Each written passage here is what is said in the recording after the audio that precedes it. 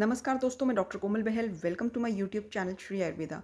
दोस्तों, हम पढ़ेंगे चैप्टर नंबर 4 अष्टांग हृदय शारीर स्थान, ठीक है। और इसका नाम है गर्भ विभाग शरीर, क्योंकि इसमें मोस्ट इंपॉर्टेंट टॉपिक्स जो हैं वो कवर किए गए हैं आचार्य वाग्भट के द्वारा। इसमें जो कवर किया गया है वो है मर्म, ठीक है। तो मर्म को मैं ऐसे ही जो है रट्टा मारने के वे से आपको नहीं समझाना चाहती। मैं आपको पहले मर्म को डायग्रामेटिकली समझाऊंगी, ठीक है, ताकि आपको एग्जैक्टली जो है पता चले कि हमारे शरीर में मर्म की लोकेशन क्या होती है। फिर मैं आपको उसको थेरेटिकली भी पढ़ाऊंगी। तो इसीलिए इस चैप्टर को 2 पार्ट्स में हम पढ़ेंगे डिवाइड करके, ठीक है। एंड इसके बाद सुश्रुत संहिता में भी मर्म का कंसेप्ट आएगा, तो दोबारा से फिर से मर्म को पढ़ेंगे ताकि आपका कोई भी पॉइंट जो है मिस ना हो। तो चलिए स्टार्ट करते हैं। तो सबसे पहले है कि मर्म की संख्या कितनी होती है। सभी आचार्यों ने ये सेम बताया है कि मर्म की संख्या हमारे शरीर में 107 मर्म होते हैं। उसमें अगर डिवाइड करें तो शाखागत मर्म होते हैं 44, ठीक है। मतलब कि प्रत्येक शाखा में 11-11 मर्म होते हैं। शाखागत मर्म टोटल हो गए 44। कोष्ठगत मर्म कितने होते हैं 3, और उर मर्म कितने होते हैं 9, ठीक है। उर मर्म कितने होते हैं 9। फिर पृष्ठ मर्म होते हैं 14, ऊर्ध्व जत्रुगत मर्म होते हैं 37। शाखागत है 44, कोष्ठगत है 3, उरे मर्म है 9, पृष्ठगत मर्म है 14, ऊर्ध्व जत्रुगत मर्म है 37। तो दोस्तों, इसको डायग्रामेटिकली समझते हैं। सबसे पहले है मैं बात करूंगी शाखा मर्म की। तो शाखा मर्म में मैं आपको बताऊंगी कि कौन से मर्म की लोकेशन कहाँ होती है और उसके विध होने पर क्या क्या लक्षण आते हैं, और फिर दोबारा से थ्योरेटिकली नोट्स में हम इसको पढ़ेंगे, ठीक है। तो शाखागत मर्म में देखिए, फुट में अगर आप देखते हैं, ये मैंने फुट बनाया हुआ है। मेरी ड्राइंग इतनी अच्छी नहीं है लेकिन फिर भी मैंने फुट बनाया हुआ है। तो सबसे ऊपर देखिए कि जो फुट है, ठीक है, तो हमारी जो ग्रेट टो होता है, ठीक है, और ग्रेट टो और फिंगर के बीच में जो मर्म होता है वो होता है शिप्र मर्म, ठीक है। शिप्र मर्म के विध होने पर आक्षेप मरण हो जाता है, मतलब कि सीजर होते हैं और फिर मृत्यु हो जाती है। शिप्र मर्म जो है, इसके विध होने पर आक्षेप मरण हो जाता है। एंड हमारा जो पैर होता है उसका ग्रेट टो, मतलब कि पैर का अंगूठा और फिर जो उंगली है उसके बीच में ये मर्म जो स्थित होता है। फिर तल हृदय मतलब कि पैर के सोल के सेंटर में तल हृदय मर्म होता है। और इसमें विध होने पर मैंने साथ साथ लिखे भी हुए हैं इसके लक्षण, कि रुझावी मरणम मतलब एक्सेस पेन होता है और मृत्यु हो जाती है। तल हृदय, रुझावी मरणम, एंड शिप्र में होता है आक्षेप मरणम। और फिर अब नीचे आ जाइए। इसमें है कि जैसे कूर्च शिर, जो मतलब कि आपका फुट है, ठीक है। फुट के एंकल भी ले लीजिए। एंकल पे तो गुल्फ मर्म होता है, और फिर कूर्च शिर मर्म होता है जो आप वेंट्रल एरिया होता है फुट का, ऊपर वाला जो, नीचे तो सोल है और ऊपर वाला जो एरिया होता है वहाँ पे 2 तो होते हैं कूर्च शिर, ठीक है। ये 2 होते हैं इसमें। और फिर अगर इसका ये विध हो जाए कूर्च शिर, ठीक है, तो इसमें रुजा और शोफ होता है, ठीक है। इसको रूशी करके आप याद कर सकते हैं। मैंने साथ में ही इसका निमोनिक भी लिखा है, रूशी करके याद कर सकते हैं। रुजा और शोफ होता है अगर कूर्च शिर मर्म में विध हो जाए तो। और पैर के सेंटर में देखिए, सेंटर में आपका आ जाता है कूर्च, ठीक है। कूर्च के ऊपर 2 हैं, कूर्च शिर, एंड सेंटर में आ जाता है कूर्च। और सेंटर में ही पैर के तलवे में आ जाता है सोल में तल हृदय, ठीक है। और मैंने आपको शिप्र बता दिया कि पैर के अंगूठे और अंगुली के बीच में जो स्थित होता है मर्म वो है शिप्र। एंड गुल्फ मर्म जो एंकल पार्ट में होता है, ठीक है। गुल्फ मर्म में अगर विध हो जाए तो स्तब्धता और खंजता हो जाती है, ठीक है। लड़खड़ा के चलता है, पैर में स्टिफनेस हो जाती है, स्तब्धता और खंजता। एंड कूर्च में अगर विध हो जाए तो क्या होता है, इसमें भी रुजा और शोफ है, ठीक है। रुजा और शोफ। नेक्स्ट इसमें आप आ जाइए लेग्स में, ठीक है। अब नी पर जाइए। नेक्स्ट डायग्राम जो है, पूरे मैंने 2 लेग्स बनाई हुई हैं राइट साइड पे, आप देखिए। तो इसमें नी में जानू मर्म होता है, ठीक है। और इसमें अगर विध हो जाए तो खंजता होती है। जानू के ऊपर ही आणी होता है, ठीक है। जानू के ऊपर ही आणी मर्म होता है। इसमें शोफ और स्तब्ध होता है विध होने पर। और फिर थाई एरिया में ऊर्वी होता है, ठीक है। थाई एरिया में ऊर्वी होता है। तो इसमें अगर विध हो जाए तो शक्ति शोथ और शोणित श्यात, मतलब शोणित का क्षय होता है एंड शक्ति शोथ होता है। शोणित का क्षय होता है जिसके कारण शक्ति में शोष हो जाता है, शोथ नहीं शोष हो जाता है, शक्ति शोष। और शोणित क्षय ये है ऊर्वी के लिए। और फिर बिल्कुल अगर थाई एरिया में ऊपर की तरफ आएँ ग्रॉइन एरिया में, तो वहाँ पे होता है लोहिताक्ष, ठीक है। ये मर्म दूसरी लेग में भी है, बट मैंने एक लेग में शो किया है ताकि आप दूसरी लेग में खुद ही अंदाज़ा लगा सकते हैं, सेम ही पोजीशन में होते हैं। तो लेग में लोहिताक्ष जो है ये ऑलमोस्ट ग्रोइन एरिया में होता है ऊर्वी के ऊपर। और जैसे कि नाम है लोहिताक्ष मर्म, इसके विध होने पर लोहित क्षय होता है, मरण होता है, पक्षाघात भी हो सकता है, ठीक है। लोहित क्षय मरण पक्षाघात, दिस इज़ फॉर लोहित क्षय मर्म, ठीक है। अब क्या कहते हैं कि दोनों लेग्स के बीच में, ठीक है, सेंट्रल एरिया में दोनों साइड होता है विटप मर्म, ठीक है, विटप मर्म। और क्योंकि लोकेशन ही बताती है कि अगर इसमें विध हो जाए तो शांडता आ जाती है, अल्प शुक्र की प्रवृत्ति होती है, ठीक है। तो शांडता आ जाती है और अल्प शुक्र की प्रवृत्ति होती है। और कूर्च शिर का अगर विध हो जाए तो इसमें पादस्य भ्रमण और वेपन, ठीक है, पादस्य भ्रमण जो है ठीक से चलना पाना, और जो है कंपता आती है, वेपन मतलब कंपता आती है, ठीक है। तो एक बार हम रिवीजन कर लेते हैं।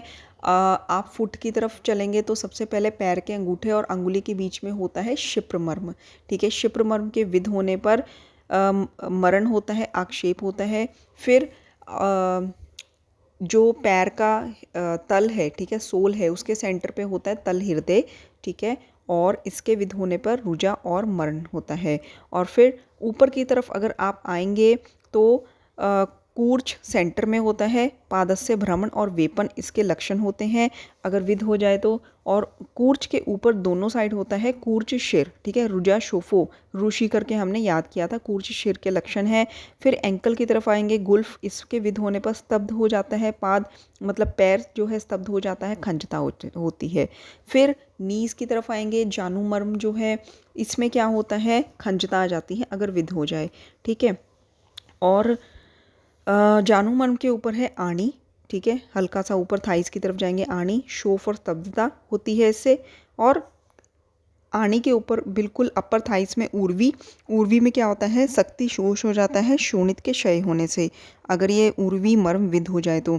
फिर उसके बाद ऊर्वी के ऊपर है लोहिताक्ष। लोहिताक्ष जो है ये ग्रॉइन एरिया में होता है दोनों तरफ। तो लोहिताक्ष में लोहित क्षय होता है, पक्षाघात होता है, मृत्यु भी हो सकती है। फिर सेंटर में, ठीक है, जो पेनिस है उसके दोनों और सेंटर में जो है ग्रॉइन एरिया में विटप मर्म होता है, इससे षंडता और अल्प शुक्रता आ जाती है, ठीक है। अब अगर हम ये तो हम लेग के फ्रंट साइड से देख रहे हैं, लेकिन अगर लेग के बैक साइड से काफ मसल्स जहाँ पे होते हैं वहाँ देखें तो वहाँ पे इंद्रवस्ती मर्म होता है, और इसके विध होने पर शोणित क्षय और मरण हो जाता है, ठीक है। तो इंद्रवस्ती होता है लेग के बैक साइड पे काफ एरिया में, जिसके क्षय होने से शोणित क्षय और मरण हो सकता है। ये तो हमने लोअर लिम्ब के पढ़े, अब हम अपर लिम्ब में पढ़ेंगे। अपर लिम्ब में देखिए जो एक्सिलरी एरिया होता है, ठीक है, कक्षा का एरिया, वहाँ पे कक्षधर मर्म होता है, और इसके विध होने पर क्या होता है, पक्षाघात, ठीक है, विध होने पर पक्षाघात होता है। और हमारे रिस्ट एरिया पे होता है मणिबंध, नीचे होता है एंकल एरिया पे गुल्फ, और ऊपर होता है मणिबंध। मणिबंध में विध होने पर कुंठता होती है, ठीक है। फिर हमारे एल्बो एरिया पर आ जाइए, ये हम शाखाओं की बात कर रहे हैं अपर लिम्स की। एल्बो एरिया में होता है कूरपर मर्म, ठीक है, जो कूणी होती है हमारी वहाँ पे होता है कूरपर मर्म, ठीक है, वहाँ पे होता है कूरपर मर्म। और फिर इसके बाद आप मध्यम शरीर पर आते हैं, ठीक है। तो मध्यम शरीर पर सबसे पहले अगर ऊपर से स्टार्ट होते हैं तो इसमें सबसे पहले जो जहाँ पे निपल्स के बीच का एरिया देखिए, जहाँ पे स्टर्नम होती है वहाँ पे जो अपस्तंभ मर्म होता है, ठीक है। ये दो होते हैं, दो संख्या में अपस्तंभ मर्म। और अगर ये विध हो जाए तो वातपूर्ण कोष्ठता, कास, श्वास और मरण हो जाता है। वातपूर्ण कोष्ठता, मैं रिपीट कर रही हूँ, it is important, this topic is very important. इसको लास्ट तक देखिए, ठीक है, ताकि कोई भी पॉइंट मिस ना हो, बहुत ज़रूरी है ये देखना। और इसमें सबसे पहले अपस्तंभ, ये संख्या में दो होते हैं, वातपूर्ण कोष्ठता होती है, कास, श्वास और मरण हो जाता है। फिर उसके बाद बिल्कुल सेंटर में दोनों निप्पल्स के आ जाता है, सॉरी सेंटर में नहीं, अब निपल्स की तरफ आइए तो जो हमारा जैसे कि स्तन का एरिया होता है तो उसके ऊपर की तरफ जो होते हैं दो मर्म होते हैं, वो है स्तन रोहित, ठीक है, स्तन रोहित, ये दोनों साइड होते हैं, ठीक है, स्तन रोहित। और फिर नीचे की तरफ होते हैं, क्योंकि नीचे हैं तो इनको कहेंगे हम स्तन मूल, ठीक है। स्तन रोहित होता है स्तन के ऊपर दोनों तरफ, और स्तन मूल होता है स्तन के नीचे दोनों तरफ। स्तन रोहित के लक्षण क्या होते हैं? रक्तपूर्ण कोष्ठता और मृत्यु, ठीक है। अपस्तंभ हमने बोला था वातपूर्ण कोष्ठता, स्तन रोहित है रक्तपूर्ण कोष्ठता। फिर स्तन मूल के विध होने पर कफपूर्ण कोष्ठता। तो हमने कितने कोष्ठ पढ़े? वातपूर्ण फॉर अपस्तंभ, और स्तन रोहित कफपूर्ण रक्तपूर्ण कोष्ठता, और फिर स्तन मूल के विध होने पर कफ पूर्ण कोष्ठता, काश्वास, मृत्यु हो जाती है। फिर उसके बाद सेंटर में होता है हृदय, ठीक है। हृदय मर्म जो होता है ऑब्वियसली इसके विध होने पर सद्य मरण हो जाता है, सद्य मरण हो जाता है। अब दोनों पार्श्व में आपको मिलेंगे अपलाप स्तंभ, ठीक है, नीचे आएंगे थोड़ा। अपलाप स्तंभ इसके विध होने पर रक्तेन पुए, ठीक है, तो रक्त और पुए जो है वहाँ पे जमा हो जाएंगे। अपलाप स्तंभ पार्श्व में है दोनों साइड्स पे। फिर नाभि में मर्म है, इसमें है कि ये पक्व आमाशय के मध्यम में होता है, ठीक है। तो नाभि में जो स्थित मर्म है इसकी लोकेशन है पक्वाशय आमाशय के मध्यम में, पक्व आमाशय के मध्यम में, और इसमें भी सद्य मरण हो जाता है। हृदय में भी सद्य मरण हो जाता है, और नीचे वस्ती में देखेंगे वो उसमें भी सद्य मरण हो जाता है, ठीक है। और ये तो है सुश्रुत का मत है, और आचार्य वाग्भट कहते हैं कि जो वस्ती मर्म है इसमें धनु वक्रता हो जाती है, आकृति जो शरीर की है धनु के जैसे हो जाती है, धनुष के समान, ठीक है। इसको वीडियो को 2-3 बार देखिए, खुद ड्रॉ कीजिए, ठीक है। नोट्स चाहिए तो आप AIA PGT नोट्स जो है आपको मिल जाएंगे हमारे डिस्क्रिप्शन बॉक्स में जो लिंक दिया हुआ है श्री आयुर्वेदा ऐप का, उस लिंक पे क्लिक करिए, आप ऐप में जाएंगे, ऐप में AIA PGT के नोट्स को ज्वाइन करिए। 700 रुपये उसकी फ़ीस है पूरे साल की, और डेली जो है वीकेंड में नोट्स ये रेगुलर बेसिस पर नोट्स जो है हम लोग अपलोड करते रहते हैं, और ये लास्ट तक जब तक एग्ज़ाम होगा तब तक अपलोड होते रहेंगे, एंड 1 टाइम फ़ीस है, ठीक है। तो नोट्स देखने हैं तो वहाँ से आप ज्वाइन कर सकते हैं। फिर उसके बाद अब हम शरीर के बैक साइड पे देखते हैं कौन कौन से मर्म होते हैं, ठीक है। तो सबसे पहले ग्लूटियल एरिया पर आइए, जो हिप्स का रीजन होता है। तो इसमें जो सेंटर में है गुदा मर्म होता है, ऑब्वियसली इसके विध होने पर सद्य मरण हो जाता है। और फिर दोनों साइड्स पे होते हैं कटिक तरुण, कटिक तरुण, इसमें विध होने पर शोणित क्षय, ठीक है, और पांडुवर्ण हीन रूपश्च, ये सारे लक्षण होते हैं। तो मेनली आप कटिक तरुण जो है ग्लूटियल एरिया पे देखिए, तो इसमें शोणित क्षय हो जाता है, आपको ये याद रखना होगा, क्योंकि शोणित के क्षय होने पर ऑब्वियसली पांडु तो होगा ही। और फिर थोड़ा सा ऊपर आएंगे तो कुकुंदर, ठीक है, कुकुंदर मर्म होता है, ये दोनों साइड होता है, ठीक है, ये भी हिप्स के एरिया पे दोनों साइड होता है। नीचे होता है कटिक तरुण दोनों साइड, और फिर दोनों साइड ऊपर है कुकुंदर। इस पे अगर विध हो जाए तो स्पर्श का अज्ञान हो जाता है, ठीक है, टच का पता नहीं चलता। और जो अधय कर्म चेष्टा जो है वो उपघात, मतलब कि जो लोअर बॉडी की मूवमेंट्स हैं वो बहुत कम हो जाएंगी, ठीक है। Patient will unable to move his lower body parts, तो इसमें और स्पर्श का अज्ञान हो जाएगा, दैट इज़ कुकुंदर मर्म, इसके सिम्टम्स होते हैं। फिर उसके बाद नेक्स्ट ऊपर की तरफ आते हैं, कुकुंदर के ऊपर है नितंब, नितंब में मर्म जो है ये बताए गए हैं।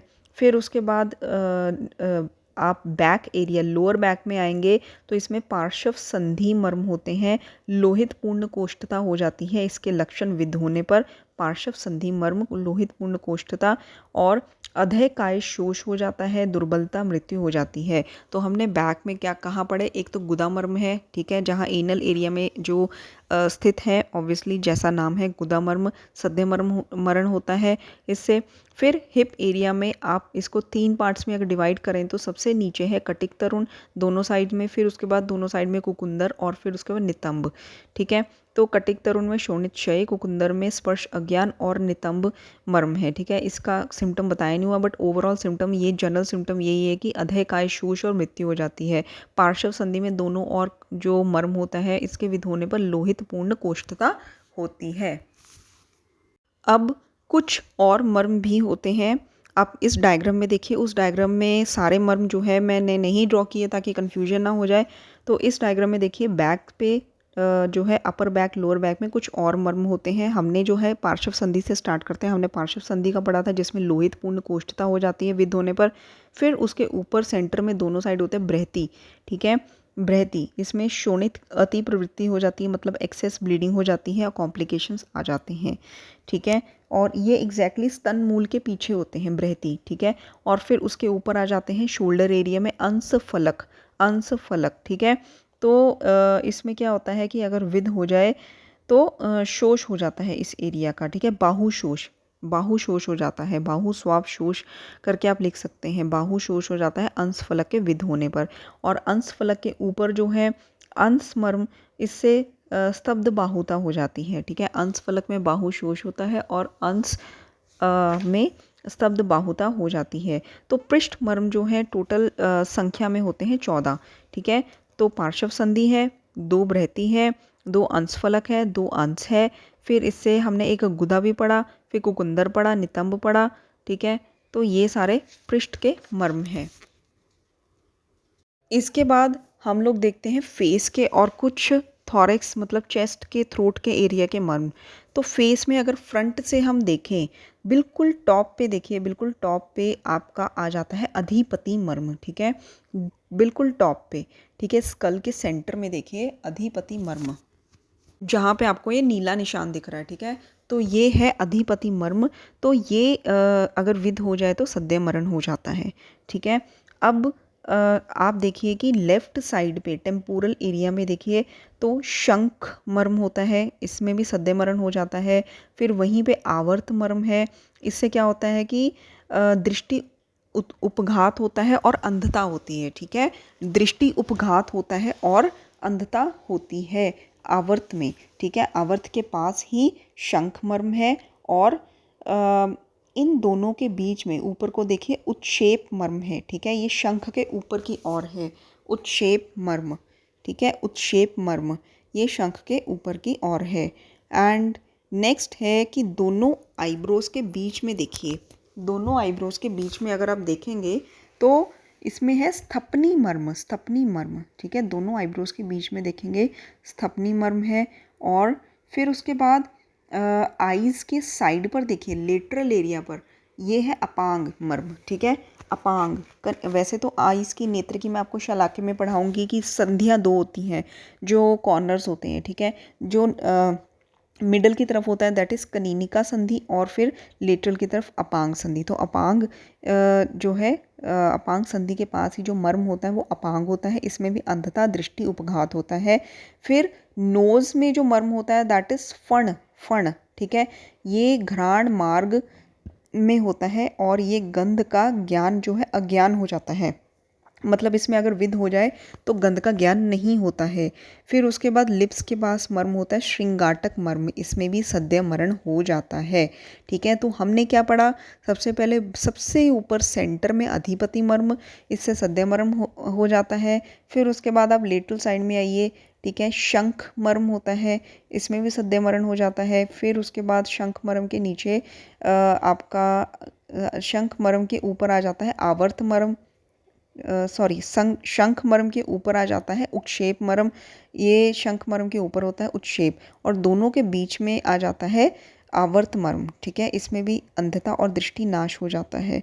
फिर आईज के दोनों आईब्रोज के सेंटर में है स्थपनी मर्म और फिर अपांग आईज के लेटरल एरिया पर होता है अपांग, इसमें भी अंधता और दृष्टि उपघात होता है। नोज पे फण मर्म होता है, गंध का अज्ञान होता है इसके लक्षण। श्रृंगाटक मर्म, इसमें सद्य मरण हो जाता है, ठीक है। अब एक तो है मन्या, ठीक है, जो हमारा नेक एरिया है वहाँ पे 2 मर्म होते हैं मन्या, और फिर मन्या के नीचे 2 मर्म होते हैं नीला और धमनी, ठीक है। ऊपर मन्या और नीचे है नीला और धमनी। एंड क्योंकि ये वोकल एरिया के पास होते हैं, इसमें विध होने पर मूकता हो जाती है, बोल नहीं पाता, और फिर स्वर विकृत हो सकता है, और फिर अरस ग्राह्यता, ठीक है, रस का जो लिक्विड या खाना डिफ़िकल्टी इन स्वॉलिंग हो सकता है, डिस्फेजिया हो सकता है, ठीक है।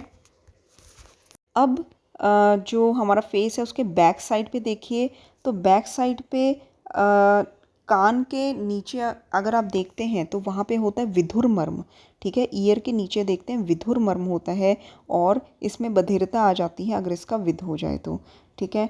और जो हमारा नेक एरिया होता है, ठीक है, जहाँ पे हमारा जो हेड रीजन है, स्कल ख़त्म होता है, वहाँ पे जहाँ से नेक स्टार्ट होती है वहाँ पे देखिए क्रकाटिका मर्म है। क्रकाटिका मर्म जहाँ पे मैंने टिक लगाया, ठीक है, क्रकाटिका मर्म होता है।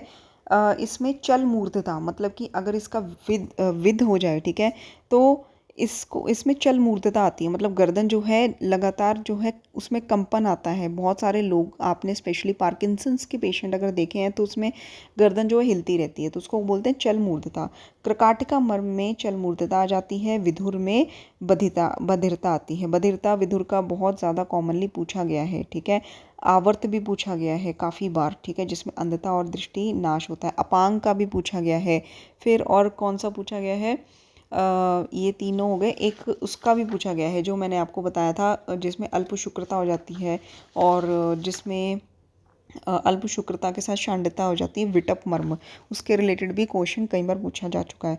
और हमारा जो नेक एरिया होता है उसके दोनों साइड्स पर जो है दो दो मर्म होते हैं जिसको सिरा मात्रिका कहते हैं, ठीक है, सिरा मात्रिका कहते हैं। और इससे में भी ये संख्या में 8 होते हैं और इसमें सद्य मरण हो जाता है, ठीक है। तो वैसे तो ये 4 दिखाए हैं लेकिन कुछ लोग इसको 8 कहते हैं। तो यहाँ पे मैंने आपको डायग्रामेटिकली बताया है। अच्छा, कंठ सिराएं आप नोट कर लीजिए कि कंठ सिराएं जो है मैंने लिखा है साइड पे नीला, मन्या और सिरा मात्रिका। तो टोटल कंठ सिराएं जो होती हैं वो 8 होती हैं, ठीक है। 2 नीला, 2 मन्या, 4 एंड सिरा मात्रिका। नीला मन्या फ्रंटल साइड पे है और सिरा मात्रिका बैक साइड पे। तो इसको आप अच्छे से लर्न कर लीजिए। कल मैं इसका थ्योरेटिकली सारा आपको बताऊंगी। आप एक डायग्राम ज़रूर बना लीजिए, ये जैसे मैंने बनाए हैं, क्योंकि ये मैंने पढ़ के फिर अच्छे से फिर डायग्राम बनाए हैं, ठीक है। तो इसको डायग्राम बना लीजिए ताकि मैं आपको थ्योरेटिकली नोट से जब पढ़ाऊँगी किस मर्म का क्या फंक्शन होता है और क्या संख्या होती है, तो आपको ईजिली डायग्राम सामने रख के समझ आ सके। तब तक अच्छे से पढ़िए। धन्यवाद।